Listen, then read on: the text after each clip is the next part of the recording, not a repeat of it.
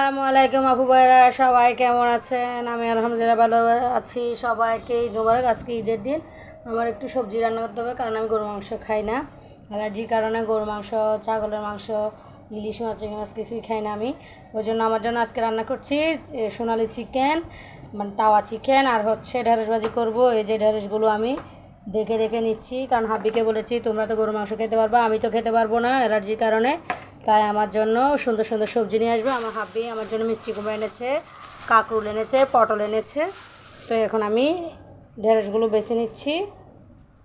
ঈদের দিনের আজকের ব্লগটা অবশ্যই আপনারা বিকেলবেলা আমি এডিট করে দিয়ে দিব, ঈদের দিনে দিয়ে দিব।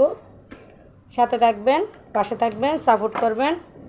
আমি যেহেতু নতুন ইউটিউবার, আমার চ্যানেলটা সাবস্ক্রাইব করবেন। যদি ভালো লাগে আমার ভিডিওটা শেয়ার করবেন বেশি বেশি করে। আর আমার ফেসবুক আইডিটা ফলো করবেন,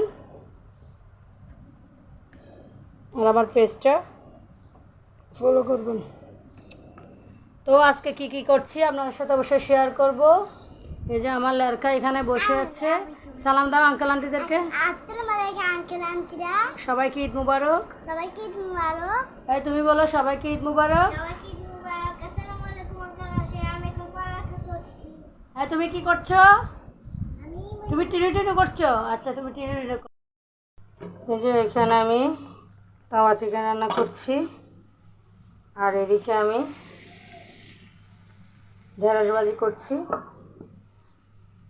এখানে আমি কতগুলো ফ্রিজে মাংস রাখতে হবে, তাই পুঁটি মাছ এগুলো বাছবো, বেছে শুকিয়ে রাখবো রান্না করে।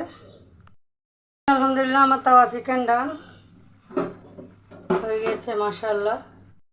আলহামদুলিল্লাহ আমার ঢেঁড়স ভাজি হয়ে গিয়েছে, মাশাআল্লাহ।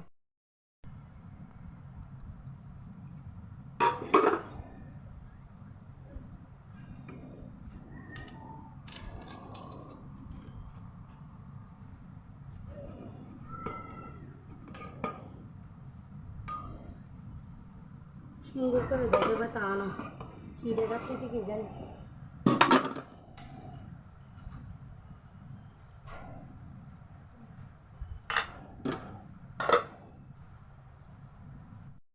পেঁয়াজ দিয়ে নিচ্ছি, গরু গোশত রান্না করবো এখন।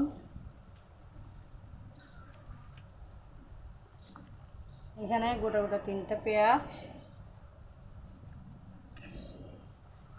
3টা টমেটো কাঁচা বসাই দিব। কারণ কুরবানির গোশত কাঁচা বসাইলে, মানে কাঁচা করে ম্যারিনেট করে সব কিছু একসাথে দিয়ে বসাই দিলে খেতে ভালো লাগে। হ্যাঁ ঠিক আছে। হলুদ গুঁড়া দিয়ে নিচ্ছি।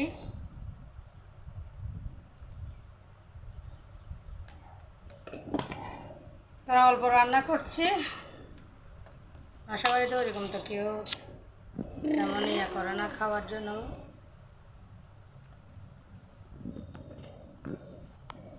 ধনিয়া গুঁড়া দিয়ে দিলাম, প্রথমে দিয়েছি পেঁয়াজ টমেটো, হলুদ গুঁড়া দিলাম, ধনিয়া গুঁড়া দিলাম।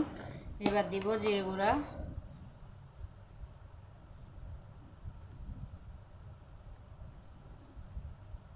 জিরে গুঁড়া দিয়ে নিলাম। এবার দিব মরিচ গুঁড়া, লাল মরিচের গুঁড়া, এগুলো অবশ্য মিষ্টি মরিচের গুঁড়া, একটুও জাল হবে না। এবার দিব গরম মশলা গুঁড়া,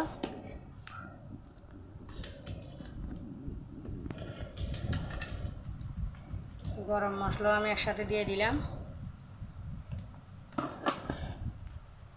এবার দিয়ে দিব লবণ,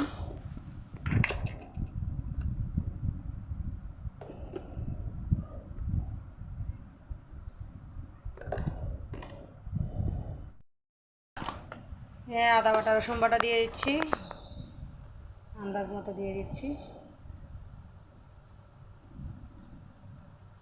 হাত দিয়ে দিয়ে নিলাম। এবার দিয়ে নিব তেল।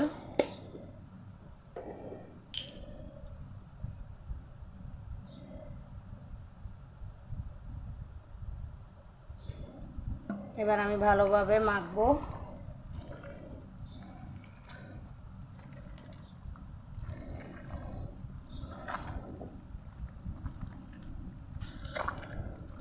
মাখা শেষ, এখন আমি বসা দিব চুলা।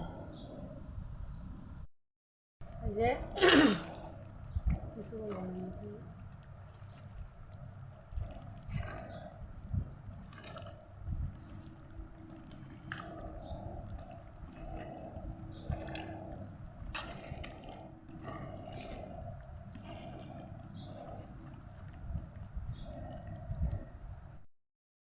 এই যে আমি পুঁটি মাছ ভাজবো এখন।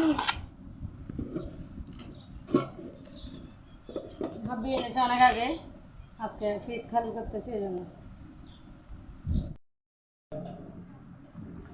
এই যে আমার বিফ রান্না হয়ে গিয়েছে আলহামদুলিল্লাহ, খুব সুন্দর কালার এসেছে মাশাআল্লাহ।